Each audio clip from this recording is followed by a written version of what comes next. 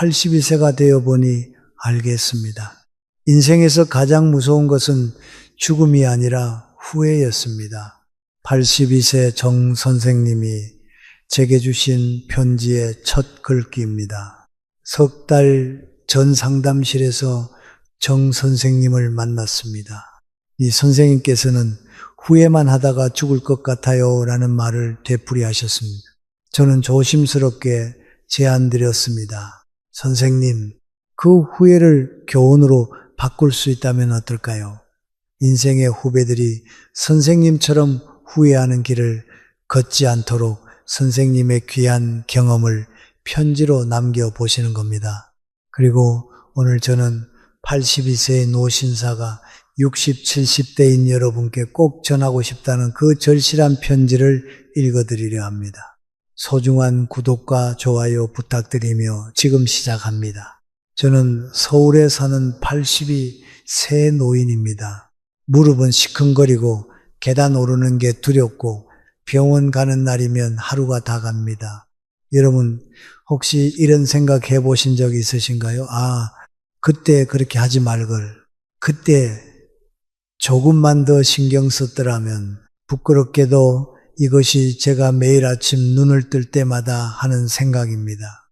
제가 오늘 여러분께 이 이야기를 하는 이유는 단 하나입니다. 여러분은 아직 늦지 않았다는 것, 여러분에게는 아직 시간이 있다는 것입니다. 만약 제게 단 하루, 아니 단 1시간이라도 60대로 돌아갈 수 있다면 무엇을 하겠냐고요?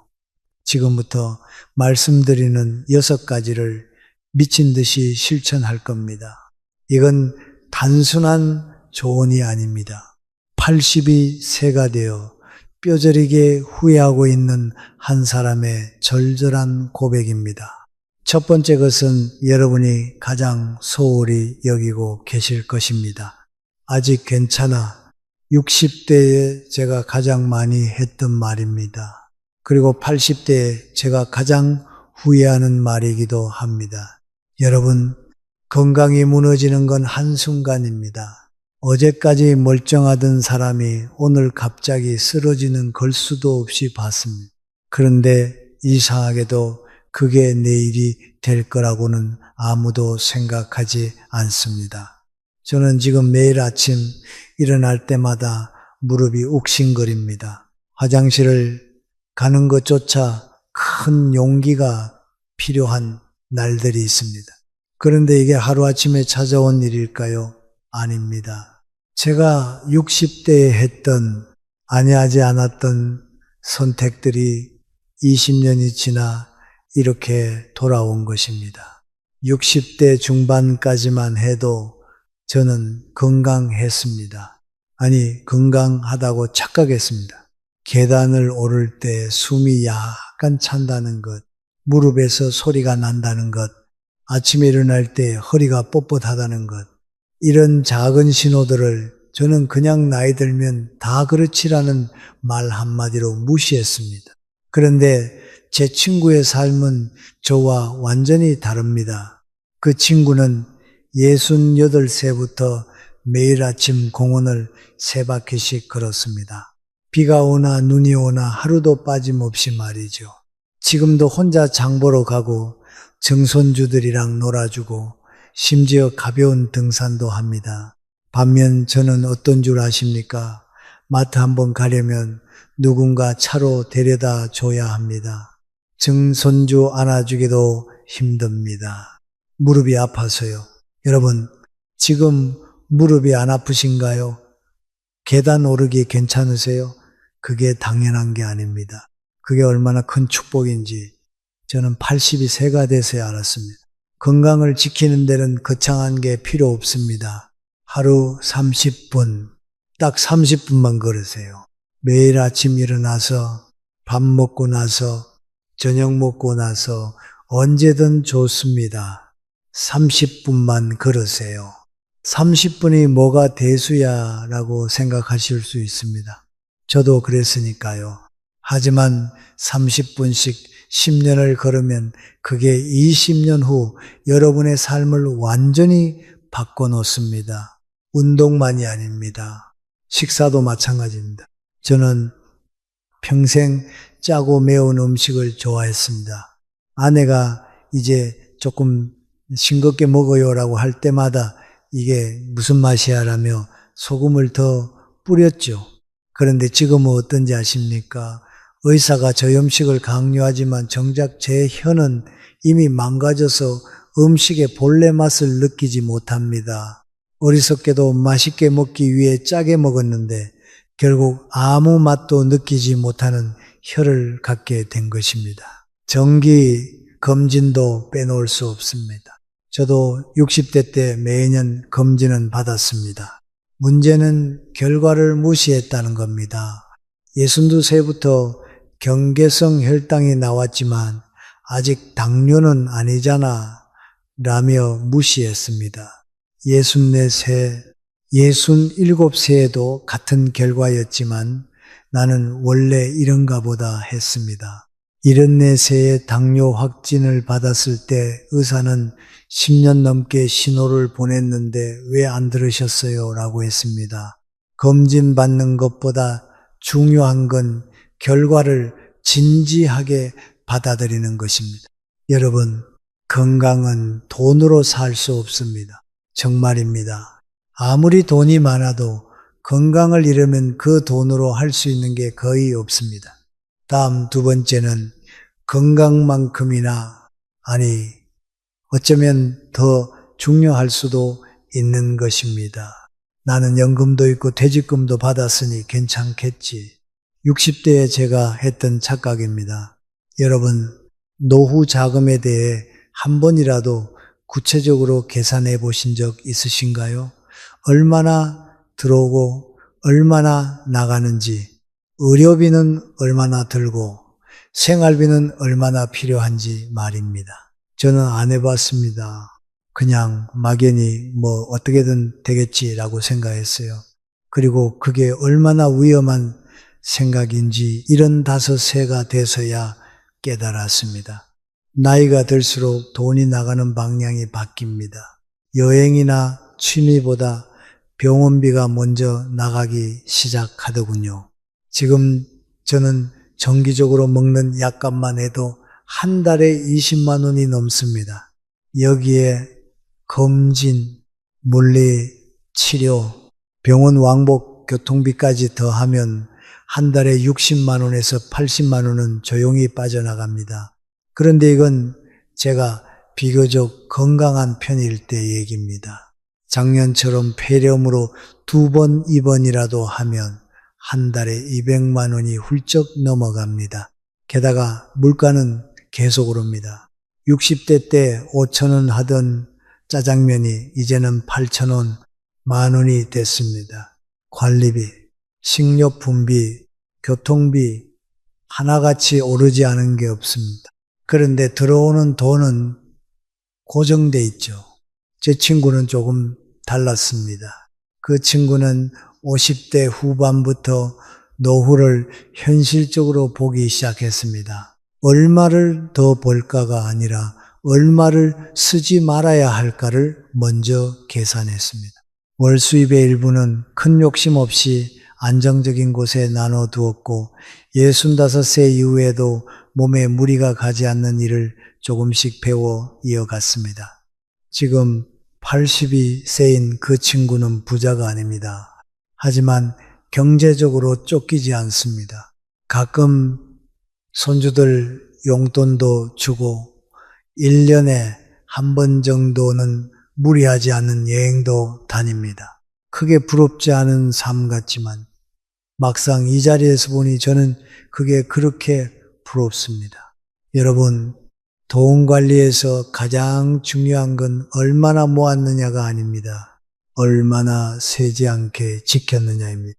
60대에 저는 최면 때문에 돈을 썼습니다. 친구들 만나면 괜히 내가 낼게 하고 계산했고 굳이 필요하지 않은 옷과 차에도 돈을 썼습니다. 그땐 몰랐습니다. 그게 단순한 사치가 아니라 미래를 깎아먹는 행동이었다는 것을요. 그리고 꼭 드리고 싶은 말이 하나 더 있습니다. 자녀에게 무조건적인 경제 지원 정말 조심하셔야 합니다. 저는 60대 중반 큰아들 사업에 보탬이 되라고 돈을 보냈고 작은 아들 집 마련에도 힘을 보탰습니다. 부모니까 당연히 해야지라고 생각했습니다. 하지만 시간이 지나 보니 알겠더군요. 그 돈은 고마움이 아니라 당연함으로 남는 경우가 많다는 걸요. 제가 병원비로 고민할 때 자식들이 이렇게 말하더군요. 저희도 사는 게 빠듯해요. 그 말이 틀린 건 아닙니다. 다만 그때 깨달았습니다. 노후의 마지막 안전망은 자식이 아니라 내 통장이라는 사실을요. 돈은 생각보다 빨리 없어집니다. 그런데 돈 때문에 자존심이 구겨지는 건 정말 견디기 힘듭니다. 지금부터라도 계획을 세우세요. 구체적으로, 현실적으로 말입니다. 건강과 재정, 이 두 가지만 잘 관리해도 노년의 절반은 성공입니다. 그런데 나머지 절반 무엇일까요? 바로 사람입니다. 함께 할 사람이 없는 노년은 사막과 같습니다. 80이 새가 되어 보니 확실히 알겠습니다. 가장 무서운 건 아픈 게 아니었습니다. 외로운 거였습니다. 여러분, 혹시 오늘 누구랑 대화하셨나요? 전화 한 통, 문자 한 통이라도 주고받으셨다면 그게 얼마나 큰 축복인지 아셔야 합니다. 저는 지금 말동무가 없습니다. 아내는 5년 전에 세상을 떠났고 자녀들은 각자 바쁜 삶을 사느라 명절에나 얼굴을 비춥니다. 옆집 사람과 가끔 복도에서 인사하는 게 전부입니다. 친구들은요, 대부분 세상을 떠났거나 건강이 안 좋아서 연락이 끊겼습니다. 60대 때 제가 했던 가장 큰 실수 중 하나가 바로 인간관계를 소홀히 한 것입니다. 회사 다닐 때는 하루 종일 사람들과 부딪히며 살았습니다. 퇴직하고 나니 이제 좀 혼자 있고 싶다는 생각뿐이었습니다. 처음에는 정말 좋았습니다. 아무도 만나지 않아도 되니 세상 편하더군요.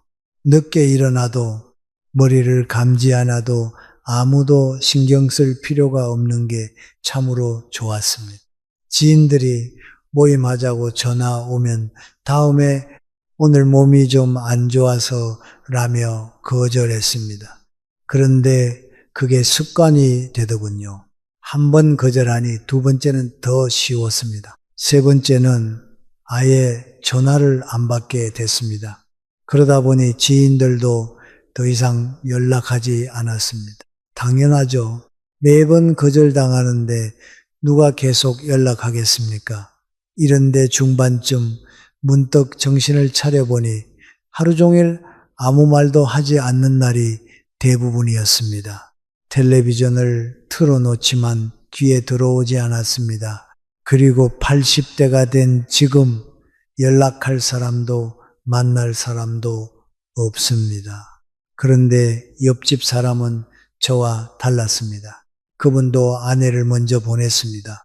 저는 그때 그분도 이제 집에만 있겠구나 싶었습니다. 그런데 그분은 오히려 밖으로 나갔습니다. 65세에 동네 복지관 탁구 동호회에 가입하더군요. 처음 몇 달은 힘들었다고 합니다. 공도 제대로 못 치고 젊은 사람들 눈치도 보였다고요. 그래도 꿋꿋하게 나갔답니다. 그랬더니 실력도 늘고 같은 처지 사람들과 친해지고 지금은 일주일에 3번씩 탁구를 칩니다. 그곳에서 만난 친구들과는 탁구뿐만 아니라 등산도 가고 식사도 하고 가끔 당일치기 여행도 간다고 합니다. 작년에 그분이 넘어져서 다리가 부러진 적이 있습니다.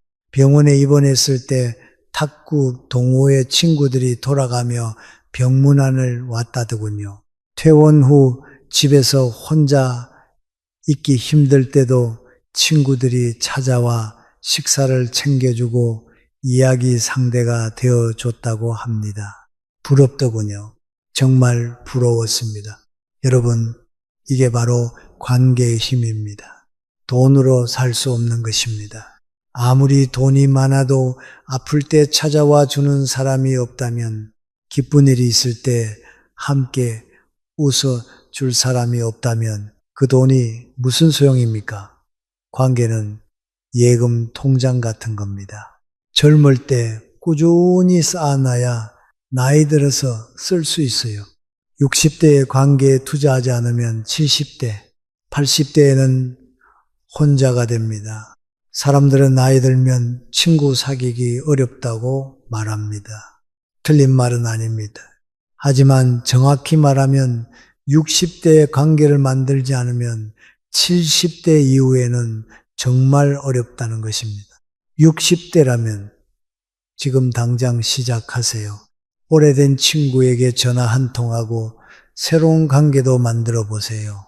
취미 활동, 봉사 활동, 동호회, 뭐든 좋습니다.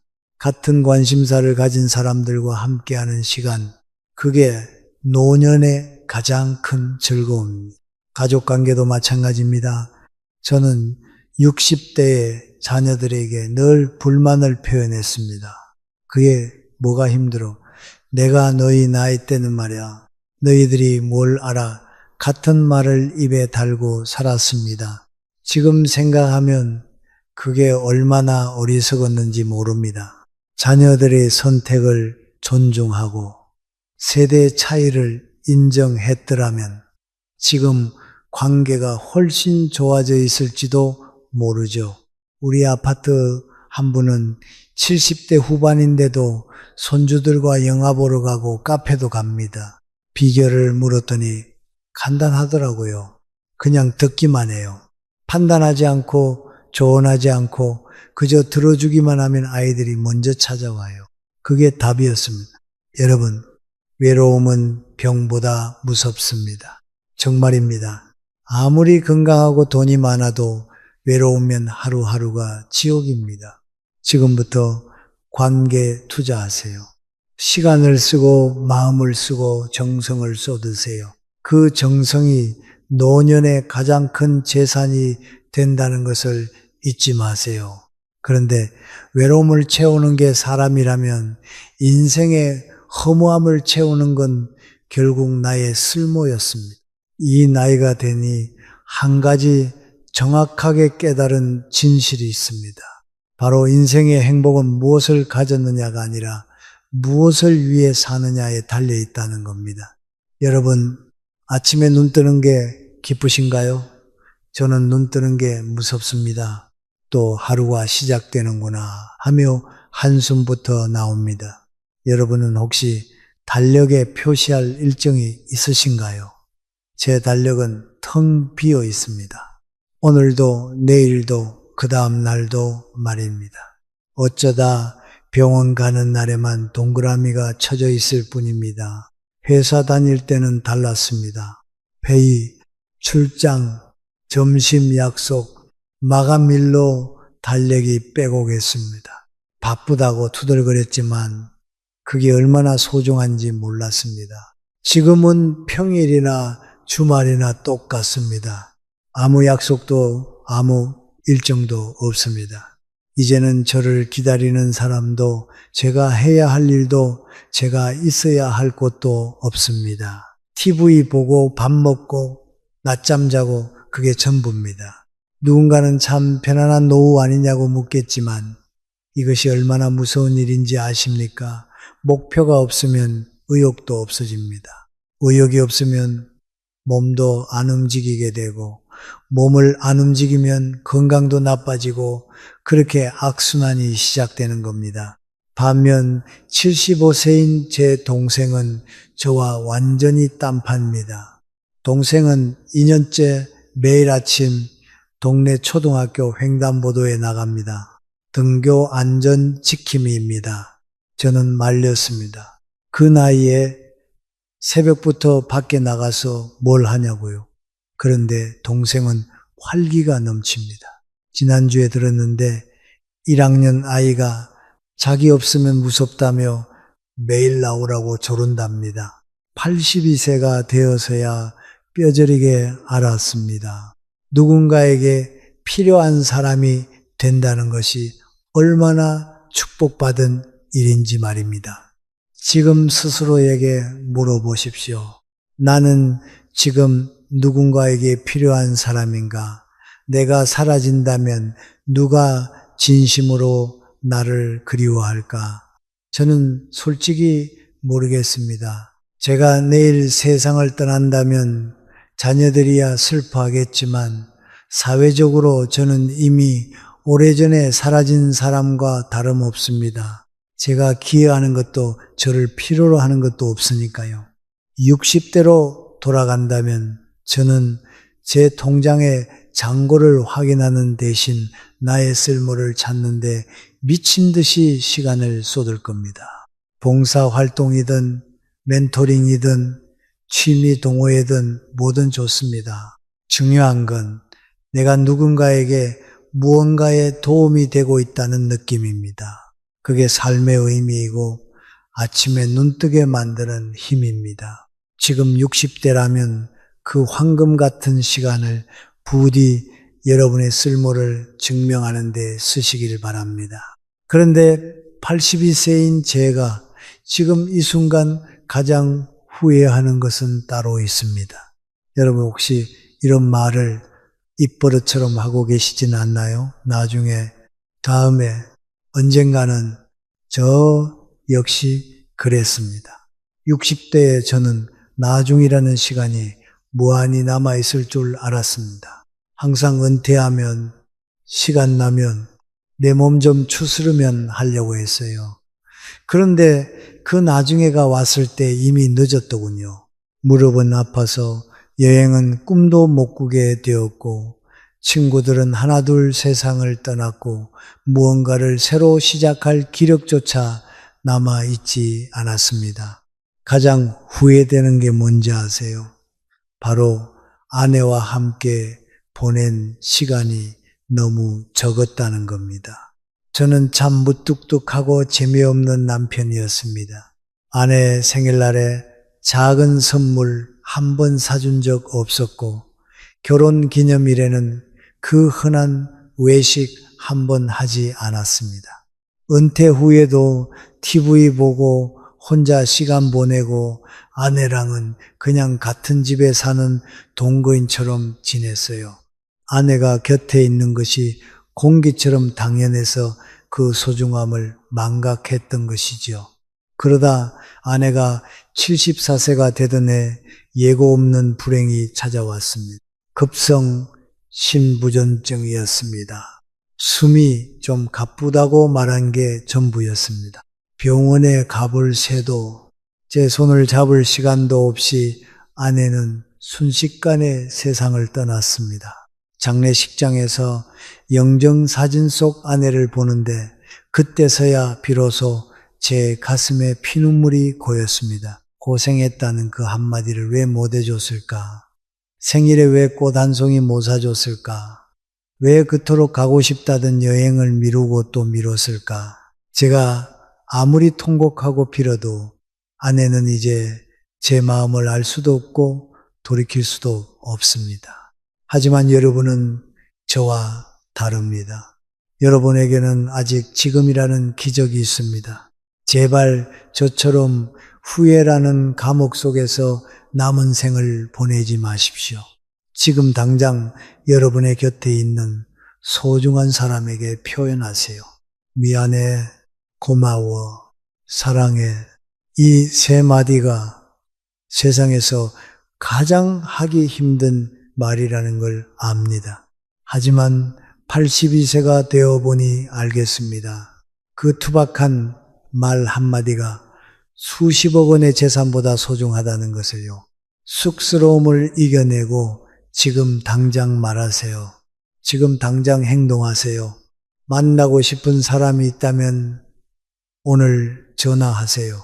가고 싶은 곳이 있다면 이번 주말에 떠나세요. 아껴둔 예쁜 옷이 있다면 오늘 입으시고 맛있는 음식이 있다면 지금 드세요. 나중에라는 시간은 오지 않을 수도 있습니다. 여러분은 부디 저처럼 텅 빈 방 안에서 벽을 보며 후회하지 마시길 바랍니다. 지금 이 순간을 놓치지 않는 것, 그것만이 인생의 마지막 페이지를 아름답게 장식할 수 있는 유일한 방법입니다. 이제 마지막으로 꼭 말씀드려야 할 게 하나 남았습니다. 마음의 평화가 없으면 인생에 그 무엇도 의미가 없습니다. 저는 가장 본질적인 질문을 여러분께 던지고 싶습니다. 여러분, 혹시 밤에 잠잘 오시나요? 아침에 일어나면 마음이 편안하신가요? 저는 밤잠을 자주 설칩니다. 후회와 걱정 때문입니다. 그때 그렇게 하지 말 걸. 왜 그런 선택을 했을까? 남은 날들은 또 어떻게 버텨야 하나? 이런 생각의 꼬리표들이 머릿속을 떠나지 않습니다. 그런데 마음의 병이 건강을 가장 빠르게 망가뜨리고 있더군요. 스트레스, 불안, 후회, 이런 감정들이 쌓이니 혈압도 오르고 소화도 안 되고 면역력도 떨어지고 몸이 먼저 무너지더군요. 저는 60대 때 이걸 몰랐습니다. 그저 세상에 대한 불만, 자녀들에 대한 서운함, 그리고 남들은 저렇게 잘 사는데 나는 왜 이 모양일까라는 비교와 열등감 속에 스스로 마음의 독을 키우며 살았습니다. 제 강생 가슴에 응어리로 남긴 가장 큰 고통은 제 친누님과의 관계입니다. 60대 시절 유산 문제로 누님과 크게 다투고는 자존심 때문에 10수년을 남처럼 인연을 끊고 살았습니다. 마음 한구석엔 늘 화해하고 싶었지만 먼저 연락하는 게 지는 거다라는 못난 자존심이 제 발목을 잡았습니다. 하지만 아내를 허망하게 떠나보내고서야 번뜩 정신이 들었습니다. 지금이 아니면 안 된다는 사실을 뼈저리게 깨달은 것이죠. 수소문 끝에 누님을 찾아갔을 때 제 눈앞에 나타난 누님은 이미 치매 말기 증상으로 요양원에 누워 계셨습니다. 저를 바라보는 그 눈동자에는 아무런 기억도 원망도 남아있지 않았습니다. 누님, 내가 미안해서 그 한마디가 뭐가 그리 힘들어서 이 한마디를 누님의 정신이 온전할 때 전하지 못한 것이 제 노년을 두고두고 괴롭힐 줄 알았더라면 저는 극한 유산 따위는 다 내어주고서라도 누님의 손을 잡았을 겁니다. 여러분, 용서는 상대방을 위해서가 아니라 고통받는 나 자신을 해방시켜 주기 위해 하는 것임을 이 나이가 되어서야 깨달았습니다. 저는 요즘 심리치료사 선생님의 도움을 받아 지옥 같던 제 마음을 평화로 바꾸는 2가지 훈련을 하고 있습니다. 첫 번째는 모든 것은 변한다는 비움의 철학을 공부하고 있습니다. 저는 요즘 불교 철학을 접하며 세상을 보는 눈이 달라졌습니다. 모든 것은 변하고 영원한 것은 없다는 진리를 받아들이니 죽음에 대한 막연한 공포가 줄어들었습니다. 영원히 가질 수 있는 건 아무것도 없다는 걸 이해하자. 오히려 지금 이 순간 제가 누리는 공기 한 모금, 햇살 한 줌이 눈물겹게 소중해졌습니다. 2번째는 매일 저녁 감사의 글을 쓰는 겁니다. 아무리 작은 일이라도 하루 3가지씩 감사의 기록을 남기는 거죠. 이것이 제 마음의 짐을 털어내는 가장 강력한 약이 되었습니다. 오늘 아침 무릎 통증이 덜해 공원을 산책할 수 있어 감사합니다. 우연히 튼라디오에서 제가 가장 좋아하던 옛 노래가 흘러나왔습니다. 뜻밖의 선물 같은 선율에 감사합니다. 돋보기 안경을 쓰고 글자 하나하나를 또박또박 읽어내려 갈 수 있는 시력이 남아있어 감사합니다. 82세가 되어보니 인생 최후의 승자는 돈이 많은 사람도 성공한 사람도 아니었습니다. 마지막 순간까지 평온한 미소를 지을 수 있는 마음의 평화를 가진 사람이었습니다. 감사하는 마음, 있는 그대로를 받아들이는 마음, 그리고 나를 갉아먹는 원망을 놓아버리는 마음. 이것이 여러분의 노년을 가장 아름답게 빛내줄 재산입니다. 지금부터 여러분의 마음밭에 평화의 씨앗을 심으십시오. 마음의 평화를 얻는 순간 여러분의 노년은 비로소 완성될 것입니다. 긴 글 읽어주셔서 감사합니다. 여러분, 정 선생님의 편지는 여기까지입니다. 저는 이 편지를 읽으면서 저 자신부터 깊이 돌아보며 제 자신과 약속을 했습니다. 앞으로 살 날이 얼마인지 모르겠지만 후회하며 살지는 말아야겠다고 말이죠. 많은 분들이 제게 묻습니다. 어떻게 해야 행복한 노후를 보낼 수 있나요? 사실 정 선생님의 편지에 그 해답이 있습니다. 행복은 대단한 미래에 있는 것이 아니라 지금 내 옆에 있는 사람의 손을 잡는 것, 그리고 오늘 내 마음속에 미움을 비워내는 것에 있었습니다. 아내를 보내고 누님마저 치매로 기억을 잃은 뒤에야 요양원을 찾았던 정 선생님의 허망한 뒷모습을 상상해 봅니다. 여러분, 우리는 아직 늦지 않았습니다. 아직 건강이 있고 사랑하는 사람들이 곁에 있습니다. 우리에게는 정 선생님이 그토록 되찾고 싶어 했던 오늘이 있습니다. 82세 노신사가 피눈물로 써내려간 이 조언들은 여러분을 가르치기 위함이 아닙니다. 부디 여러분만은 나처럼 외롭지 말라고, 여러분만은 나처럼 후회의 감옥에 갇혀 남은 생을 보내지 말라고 전하는 가장 뜨거운 사랑의 당부입니다. 정 선생님의 용기 있는 고백이 여러분의 인생 마지막 페이지를 아름답게 바꾸는 기적 같은 시작점이 되길 진심으로 바랍니다. 오늘 영상이 여러분의 마음을 토닥여 주었다면 구독과 좋아요 함께 해주세요. 여러분의 평온한 노후를 위해 저도 늘 이 자리에서 함께 고민하고 응원하겠습니다. 그리고 다음으로 제가 나누고 싶은 다음 경험은 행복한 노후를 위해 아까워도 무조건 버려야 할 물건 7가지. 집은 2배 넓어지고 인생은 가벼워집니다. 여러분, 혹시 이런 생각 해보신 적 있으신가요? 왜 집이 이렇게 좁게 느껴질까? 분명 젊었을 때는 이 공간이 충분했는데 세월이 흐를수록 집은 더 답답하고 좁아지는 느낌입니다. 사실 집이 좁아진 게 아닙니다. 우리가 평생 모아온 물건들이 공간을 점령하고 있는 것이죠. 정리 전문가들이 수백 가정을 조사한 결과 충격적인 진실이 드러났습니다. 60대 이상 가정의 집 공간 중 무려 40%가 실제로는 사용하지 않는 물건들로 채워져 있다는 겁니다. 매일 보면서도 쓰지 않는 물건들, 언젠가는 필요할 거라고 믿으며 쌓아둔 것들이 우리 삶의 절반을 차지하고 있는 겁니다.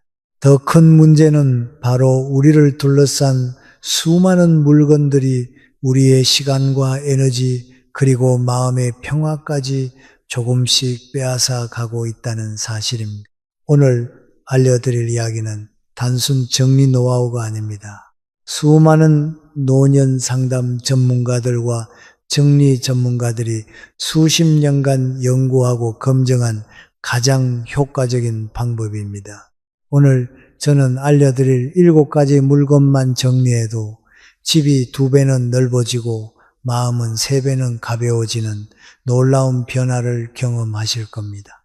소중한 구독과 좋아요 부탁드리며 시작하겠습니다.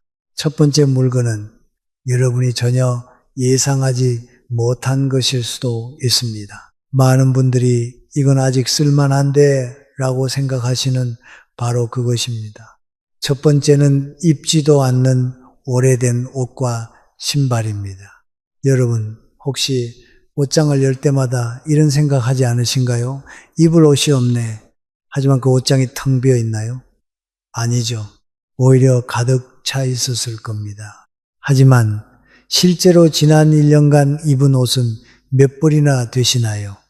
조사에 따르면 60대 이상 어르신들의 옷장 중 60% 이상은 단순히 공간만 차지하고 있습니다. 이것은 단순히 공간만 차지하는 문제가 아닙니다. 심리학자들이 밝혀낸 흥미로운 사실에 따르면 입지 않는 옷이 많을수록 아침 기분이 나빠진다는 겁니다.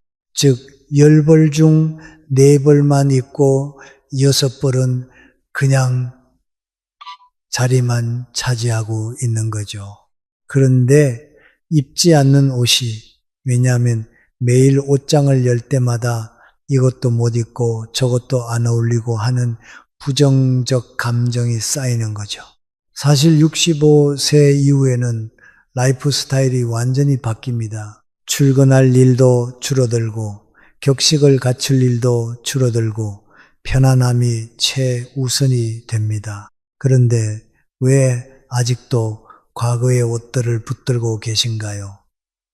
여기서 중요한 사실을 하나 알려드리겠습니다. 의류 전문가들의 연구에 따르면 2년 이상 입지 않은 옷을 다시 입을 확률은 5% 미만이라고 합니다. 95%는 그냥 공간만 차지하다가 결국 버려지거나 최악의 경우 자식들이 여러분이 돌아가신 후에 정리해야 할 짐으로 남게 됩니다. 지금 바로 이렇게 해보세요. 옷장을 전부 열고 옷 하나하나를 꺼내 들면서 물어보세요. 지난 2년 동안 이 옷을 입은 적이 있는가?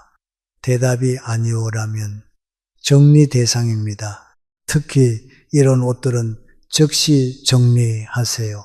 사이즈가 맞지 않는 옷, 유행이 지난 옷, 입으면 불편한 옷, 이런 것들이 여러분의 아침을 무겁게 만들고 있습니다. 정리한 공간에는 이런 옷들을 채우세요. 활동하기 편한 운동복, 가볍고 세탁하기 쉬운 일상복, 색깔 밝은 외출복. 65세 이후에는 기능성과 편안함이 제일 중요합니다. 신발도 마찬가지입니다. 발이 불편한 신발, 굽이 너무 높거나 낮은 신발, 디자인이 마음에 안 드는 신발은 모두 내보내세요. 불편한 신발 때문에 허리와 무릎만 상할 뿐입니다. 옷과 신발을 정리한 분들이 가장 많이 하시는 말씀이 무엇인지 아세요? 아침이 이렇게 가벼울 수 있구나입니다. 옷장에 진짜 좋아하는 옷만 걸려 있으니 매일 기분 좋게 하루를 시작할 수 있다는 거죠. 이제는 더 이상 과거의 옷에 매달리지 마시고 오늘 입고 싶은 옷을 입는 삶, 그게 진짜 멋진 노년의 자유입니다. 두 번째로 버려야 할 물건은 여러분의 건강과 직결되어 있습니다. 잘못 보관하면 생명까지 위험할 수 있는 그것, 과연 무엇일까요? 두 번째는 유통기한 지난 약입니다. 그게 뭐 그렇게 큰 문제겠어 라고 생각하시는 분들이 많습니다.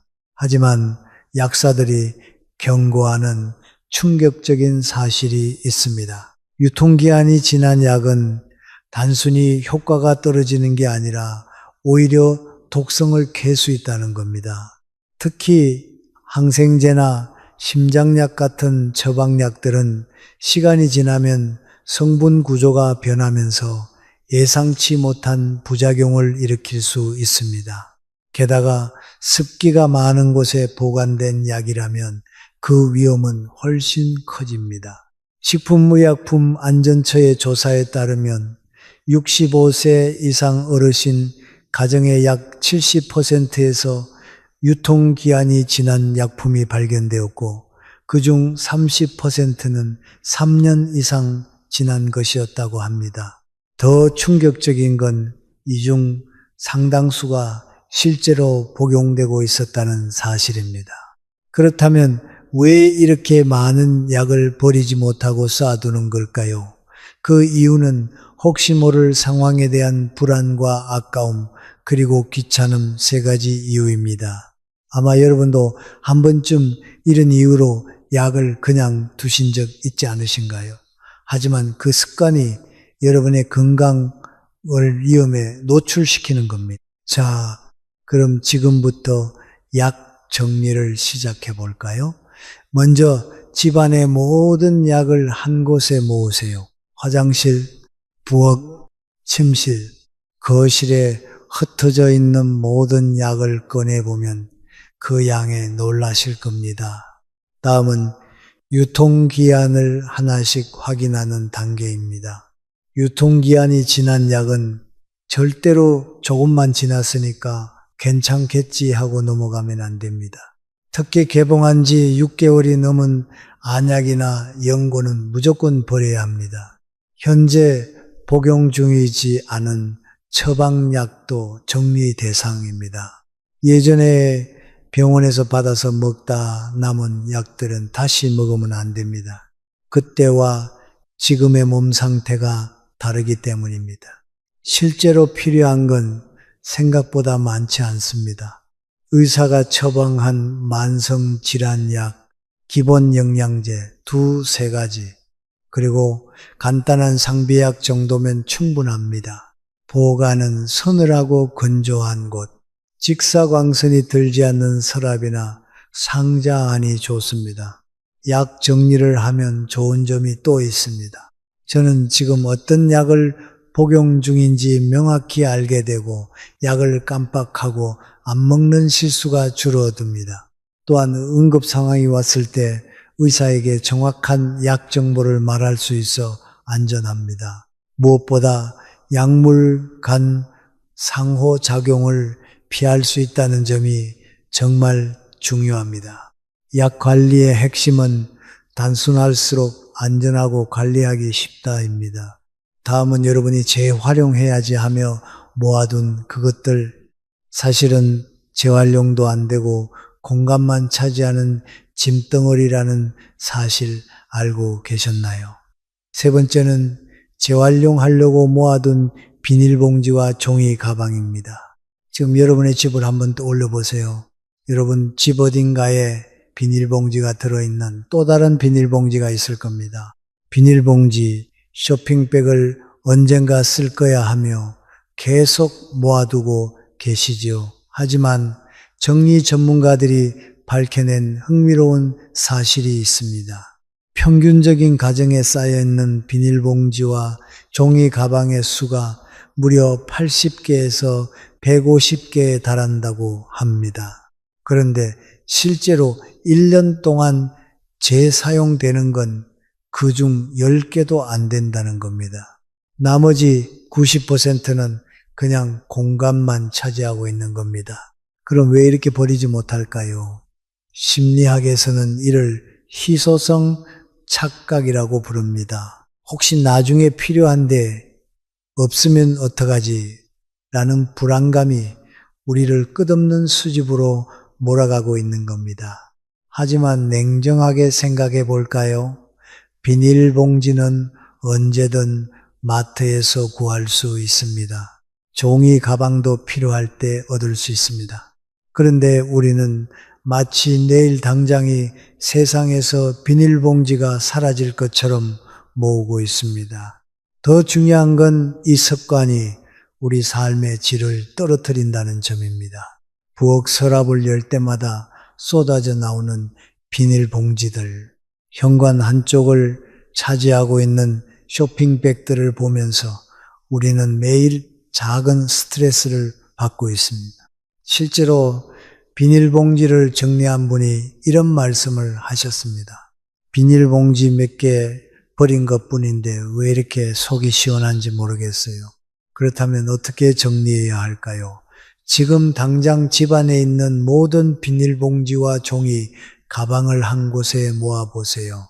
그 양을 보고 깜짝 놀라실 겁니다. 저는 이렇게 많이 모았었나 하실 겁니다. 다음으로 크기별로 분류하세요. 대형, 중형, 소형으로 나눈 후 각 크기별로 딱 35개씩만 남기고 나머지는 모두 재활용함에 버리면 됩니다. 종이 가방도 마찬가지입니다. 튼튼하고 깨끗한 것 5개만 남기고 나머지는 모두 재활용 수거함에 넣으세요. 손잡이가 끊어진 것, 구겨진 것, 얼룩진 것은 어차피 다시 쓰지 않습니다. 그리고 근본적인 해결책은 이것입니다. 장바구니 사용 습관을 가져보세요. 접이식 장바구니 하나만 가방에 넣고 다니면 더 이상 비닐봉지가 집에 쌓이지 않습니다. 환경도 보호하고 집도 깔끔해지는 일석이조의 효과입니다. 남겨둔 비닐봉지는 이렇게 보관하세요. 접어서 작은 바구니나 상자 하나에 정리해서 넣어두면 공간도 절약되고 필요할 때 바로 꺼낼 수 있습니다. 비닐봉지와 종이 가방을 정리하고 나면 눈에 보이는 변화뿐만 아니라 마음의 변화도 느끼실 겁니다. 모아야 한다는 강박에서 벗어나 필요한 만큼만 가지는 여유로운 마음가짐으로 바뀌게 됩니다. 여러분, 물건을 아끼는 것과 집착하는 것은 다릅니다. 진짜 아낀다는 건 필요한 만큼만 갖고 나머지는 흘려보내는 지혜를 아는 것입니다. 그런데 네 번째 물건은 더욱 심각합니다. 매일 사용하는 그 물건들이 사실은 여러분의 건강을 서서히 해치고 있다는 사실 알고 계셨나요? 네 번째는 쓰지도 않는 그릇과 냄비입니다. 그릇은 많아도 괜찮은 거 아닌가 라고 생각하실 수 있습니다. 하지만 식품 안전 전문가들이 경고하는 중요한 사실이 있습니다. 오래되고 낡은 그릇, 특히 코팅이 벗겨진 냄비나 금이 간 사기 그릇은 중금속이나 세균이 음식으로 스며들 수 있다는 겁니다. 여러분이 매일 먹는 음식이 건강한지 안전한지는 요리 실력이 아니라 어떤 그릇에 담느냐가 결정할 수도 있습니다. 자, 이제 한번 부엌을 떠올려 보세요. 언젠가 쓰겠지 하고 놔둔 크고 작은 반찬통들, 뚜껑 없는 용기, 누렇게 변색된 것들, 김치색이 베어버린 것들, 이런 것들이 여러분의 부엌을 점령하고 있지 않나요? 더 심각한 문제는 오래된 플라스틱 용기들입니다. 연구에 따르면 2년 이상 사용한 플라스틱 용기에서는 환경 호르몬이 검출될 수 있다고 합니다. 특히 기름기 많은 음식을 담았던 용기, 전자레인지에 자주 돌린 용기는 더 위험합니다. 누렇게 변색된 플라스틱 반찬통도 생각해 보세요. 아무리 세제를 써서 박박 문질러도 그 색은 빠지지 않습니다. 왜 그럴까요? 그건 단순히 얼룩이 아니라 플라스틱 자체가 변질되어 버린 겁니다. 그 변질된 플라스틱에서 나오는 물질들이 음식으로 스며듭니다. 스크래치가 가득한 용기들도 마찬가지입니다. 그 스크래치 사이에는 대장균과 살모넬라균 같은 세균들이 번식하고 있습니다. 아무리 뜨거운 물로 씻어도 심지어 끓는 물에 소독해도 완전히 제거되지 않습니다. 칼로 긁힌 자국, 숟가락으로 퍼내면서 생긴 홈들, 이런 곳이 세균의 안식처가 되는 겁니다. 그럼 냄비와 프라이팬은 어떨까요? 코팅이 벗겨진 프라이팬, 여전히 쓰고 계신 분들 많으시죠? 조금 벗겨졌지만 아직 쓸만해라고 생각하십니다. 하지만 그 벗겨진 코팅 조각들이 어디로 갔을까요? 여러분이 그동안 요리하신 음식 속으로 들어간 겁니다. 이제 주방 정리를 한번 시작해 볼까요? 먼저 모든 그릇과 용기를 꺼내서 확인하세요. 뚜껑이 없는 것은 즉시 버리시고 플라스틱 용기는 더 엄격하게 보셔야 합니다. 색이 변한 것, 냄새가 배인 것, 스크래치가 많은 것은 무조건 버려야 합니다. 햇빛에 비춰봤을 때 투명도가 떨어지거나 흐릿해 보이면 이미 수명이 다한 겁니다. 냄비와 프라이팬도 꼼꼼히 살펴보세요. 코팅이 벗겨진 것, 손잡이가 흔들리는 것, 바닥이 변형된 것은 위험할 수 있습니다. 특히 코팅이 벗겨진 프라이팬은 건강에 해로울 수 있으니 즉시 교체하세요. 그릇은 1인당 기본 세트 한 벌이면 충분합니다. 밥그릇, 국그릇, 접시, 컵 정도요. 여기에 손님용으로 2세트에서 3세트 정도만 더 있으면 됩니다. 가능하다면 같은 브랜드, 같은 시리즈로 통일해 보세요. 쌓아두기도 편하고 뚜껑 찾기도 쉬워집니다. 재질은 유리 용기나 스테인리스 용기를 추천합니다. 초기 비용은 좀 들지만 반영구적으로 사용할 수 있고 건강에도 훨씬 안전합니다. 보관할 때는 자주 쓰는 것 눈높이에, 가끔 쓰는 것은 아래쪽에 두세요. 몸체 안에 뚜껑을 넣어두면 공간도 절약되고 짝을 잃어버릴 걱정도 없습니다. 이렇게 주방을 정리하고 나면 놀라운 변화가 옵니다. 요리하기가 훨씬 편해지고 필요한 도구를 바로 찾을 수 있어서 시간도 절약됩니다. 설거지도 간단해지고 무엇보다 부엌이 훨씬 넓고 시원하게 느껴지실 겁니다. 그런데 5번째 물건은 더욱 위험합니다. 지금 이 순간에도 여러분 집 어딘가에서 화재의 위험을 키우고 있는 그것 과연 무엇일까요? 5번째는 고장난 전자제품입니다. 여러분, 집 안에 작동하지 않는 전자제품이 몇 개나 있는지 알고 계신가요? 한번 떠올려 보세요. 10년 전 휴대폰, 고장난 디지털 카메라, 충전 안 되는 라디오, 각종 작동되지 않는 크고 작은 전자제품이 곳곳에 잠들어 있을 겁니다. 나중에 고쳐서 쓸 수도 있고 안에 사진이나 연락처가 있을지도 모르고 아직 쓸만한데 하며 계속 보관하고 계신가요? 그런데 전자제품 수리 전문가들의 이야기는 다릅니다. 3년 이상 방치된 전자기기는 대부분 수리비가 새 제품 가격보다 비싸다고 합니다. 하지만 진짜 문제는 따로 있습니다. 소방청 발표 자료에 따르면 가정 내 화재 원인 중 상당수가 배터리가 들어있는 노후 전자제품에서 시작된다는 겁니다. 특히 5년 이상 방치된 휴대폰이나 디지털 카메라의 배터리는 부풀거나 심한 경우 발화할 위험이 있다고 경고합니다. 즉 오래된 전자제품들은 단순히 공간만 차지하는 게 아니라 우리 집에 잠재적 폭탄이 될 수 있다는 겁니다. 특히 배터리가 들어있는 제품들은 시간이 지날수록 더 위험해집니다. 그렇다면 어떻게 정리해야 할까요? 먼저 집안의 모든 오래된 전자제품을 한 곳에 모으세요. 서랍, 책상, 장식장, 서재 선반 구석구석을 살펴보면 이게 아직 있었네 싶은 것들이 꼭 나올 겁니다. 아직 켜지는 기기가 있다면 먼저 데이터를 백업하세요. 중요한 사진이나 연락처가 있다면 현재 사용 중인 기기로 옮기세요. 만약 전혀 켜지지 않는다면 과감하게 포기하는 게 좋습니다. 전문 복구 업체에 맡길 수도 있지만 대부분의 경우 비용이 새 제품보다 더 비쌉니다. 그리고 잊지 말아야 할 게 있습니다. 바로 개인정보 삭제입니다. 작동하는 휴대폰은 반드시 공장 초기화를 하세요.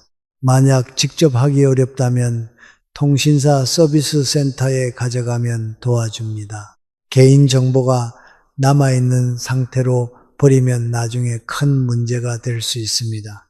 전자제품은 절대 일반 쓰레기로 버리면 안 됩니다. 환경 오염은 물론 화재 위험이 있기 때문이죠. 아파트 단지에 있는 소형 폐가전 수거함을 이용하세요. 주민센터나 통신사 매장에서도 무료로 회수해 줍니다. 특히 배터리가 부풀어 오른 기기는 절대 집에 두면 안 됩니다. 즉시 안전한 곳에 격리하고 전문 업체에 연락하세요. 엉킨 전선과 충전기들도 함께 정리하세요. 어디에 쓰는지 모르는 케이블, 맞는 기기가 없는 충전기들은 과감하게 버리세요. 기술은 계속 변합니다.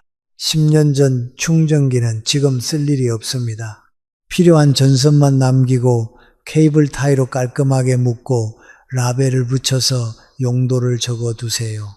투명한 집게 종류별로 나누어 놓으면 찾기도 쉽고 관리도 편해요. 고장난 전자제품을 정리하고 나면은 놀라운 변화를 경험하게 됩니다. 공간이 넓어지는 건 당연하고 무엇보다 안전해집니다. 서랍 속 복잡한 전선들이 정리되면 머리도 맑아집니다. 필요한 물건이 바로 보이고 불필요한 걱정이 줄어드는 진짜 여유가 찾아옵니다. 하지만 6번째 물건은 가장 버리기 어려운 것입니다. 하지만 정리하면 과거가 아닌 현재를 살아가는 힘을 가질 수 있습니다. 6번째는 감정만 남은 추억 물건들입니다. 이건 정말 못 버리겠는데요. 아마 이렇게 말씀하실 분들 많으실 겁니다. 하지만 노년 심리학자들이 발견한 놀라운 역설이 있습니다. 추억 물건을 너무 많이 붙들고 있으면 오히려 과거에 갇혀서 현재를 못 산다는 겁니다. 물건에 의존해서 기억하려고 하면은 정작 내 머릿속에 있는 진짜 소중한 기억들은 점점 희미해진다는 연구 결과도 있습니다. 지금 여러분의 집을 생각해 보세요. 자식들이 그린 그림, 학교 다닐 때 받았던 상장, 군대 시절 받은 편지, 결혼식 하객들이 적어준 방명록, 이런 것들이 상자에 담겨 장롱 위, 창고, 다락방을 차지하고 있지 않습니까? 배우자가 쓰던 물건들도 있을 겁니다. 돌아가신 지 10년이 넘었는데도 시계, 안경, 옷가지를 그대로 보관하고 계시는 분들도 많습니다. 이걸 버리면 그 사람까지 있는 것 같아서 하는 마음 때문이죠. 여기서 심리학적으로 중요한 구분을 해드려야겠습니다. 추억 물건에는 두 종류가 있습니다. 하나는 기쁨을 주는 추억이고 다른 하나는 슬픔을 주는 집착입니다. 기쁨을 주는 추억은 그 물건을 볼 때마다 마음이 따뜻해지고 웃음이 나고 감사함이 느껴지는 것들입니다. 이런 것들은 소중히 간직하셔도 좋습니다. 하지만 슬픔을 주는 집착은 다릅니다. 그 물건을 볼 때마다 가슴이 아프고 눈물이 나고 그때로 돌아가고 싶다는 허무함이 느껴진다면 그건 여러분을 과거에 묶어두는 족쇄입니다. 한 노년 심리 전문가는 이렇게 말했습니다. 추억은 물건이 아니라 마음속에 있습니다. 물건을 버린다고 추억이 사라지는 게 아닙니다. 오히려 물건에서 자유로워질 때 진짜 소중한 추억이 더 선명해집니다. 그렇다면 이제 어떻게 정리해야 할까요? 먼저 모든 추억 물건을 한 곳에 모으세요. 여기저기 흩어져 있으면 판단하기 어렵습니다. 그 다음엔 하나씩 손에 들고 물어보세요. 이 물건이 나에게 기쁨을 주는가, 슬픔을 주는가, 솔직하게 마음의 소리를 들어보세요. 그리고 정말 소중한 것들만 남기세요. 가장 빛나는 순간 몇 개만 남기는 게 오히려 더 특별합니다. 버리기엔 아쉽지만 보관하긴 부담스러운 물건들도 있죠. 그럴 땐 사진으로 남겨보세요. 휴대폰으로 찍어서 디지털 앨범으로 만들어 두면 공간은 차지하지 않으면서도 언제든 꺼내볼 수 있습니다. 그리고 배우자의 유품에 대해서는 조금 더 말씀드리고 싶습니다. 고인의 물건을 간직하는 건 당연하고 아름다운 일입니다. 하지만 그 물건들이 여러분을 슬픔 속에 가두고 있다면 이제는 보내드려야 할 때입니다. 고인이 정말 원하시는 게 뭘까요? 여러분이 슬픔 속에서 물건만 붙들고 사는 게 아니라 남은 인생을 건강하고 행복하게 사는 것 아닐까요? 몇 가지만 남기고 나머지는 기부하거나 자식들에게 나누어 주세요. 그게 고인을 더 잘 기리는 방법입니다. 추억 물건을 정리하고 나면 이상한 일이 일어납니다. 처음엔 허전할 거라 생각했는데 오히려 마음이 홀가분해집니다. 물건에 매달리지 않아도 추억은 여전히 내 안에 있다는 걸 깨닫게 됩니다. 그리고 과거에서 눈을 떼고 현재를 보게 됩니다. 진짜 추억은 물건이 아니라 가슴 속에 있습니다. 물건을 버린다고 사랑했던 사람을 소중했던 순간을 잊는 게 아닙니다. 오히려 물건이란 무게를 내려놓을 때 그 기억들이 더 자유롭게, 더 아름답게 여러분 안에서 살아 숨쉬게 됩니다. 그런데 7번째 물건은 의외입니다. 이건 여러분이 아껴두려고 나중을 위해라며 소중히 보관하고 있는 것인데 사실은 지금의 행복을 빼앗아 가고 있는 것입니다. 과연 무엇일까요? 7번째는 아껴두고 뜯지 않은 새 물건들입니다. 7번째로 버려야 할 것은 정확히는 버려야 한다기보다 써야 하는 것들입니다. 포장도 안 뜯은 수건, 한 번도 안 쓴 이불, 새 것으로 남겨둔 그릇들, 나중에 쓰려고 아껴두고 계시죠? 행복 심리학 연구에 따르면 언젠가를 위해 사는 사람보다 지금을 위해 사는 사람이 훨씬 행복하다고 합니다. 특히 60대 이후에는 이 말이 더 깊이 와닿습니다. 왜냐하면 바로 지금이 그 언젠가이기 때문입니다. 여러분 중에도 이런 분 계실 겁니다. 손님 오면 쓰려고요. 특별한 날에 쓰려고요 라고 말씀하시는 분들 말입니다. 하지만 한번 솔직히 생각해 보세요. 그 특별한 날이 도대체 언제 오나요? 진실을 말씀드리면 인생에서 가장 특별한 날은 바로 오늘입니다. 지금 이 순간입니다. 내일이 올지 아무도 모르는 게 인생인데 왜 좋은 걸 미래를 위해 아껴두고 계신가요?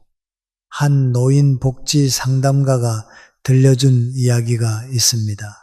90살 할머니가 돌아가시고 나서 자식들이 유품을 정리하는데 장롱에서 포장도 안 뜯은 고급 수건 세트가 나왔다고 합니다.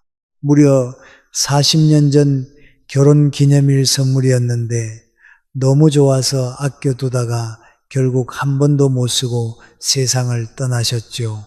그 수건은 이미 누렇게 변색되고 곰팡이 냄새가 났다고 합니다. 시간은 기다려주지 않습니다. 10년 전 최신 디자인이었던 그 그릇 세트. 지금 보면 이미 유행이 지났습니다. 수건도 마찬가지입니다. 요즘 나오는 수건과 그릇은 흡수력도 좋고 촉감도 훨씬 부드럽습니다. 그렇다면 어떻게 해야 할까요? 지금 당장 아껴두었던 새 물건들을 모두 꺼내서 포장을 뜯어보세요. 이게 첫 단계입니다. 새 제품이라도 사용하기 전에는 반드시 세탁하세요. 제조 과정에서 생긴 화학 물질을 제거해야 합니다. 그 다음 바로 써보세요. 상상해 보세요.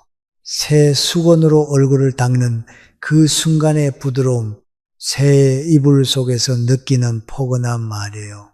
이런 작은 행복을 왜 미뤄두고 계셨나요? 만약 너무 많아서 다 쓸 수 없다면 주저하지 말고 기부하세요. 여러분이 아껴두고 있는 그 새 수건이 누군가에게는 절실한 필요일 수 있습니다. 복지관이나 자선단체에 연락하면 기꺼이 받아줍니다.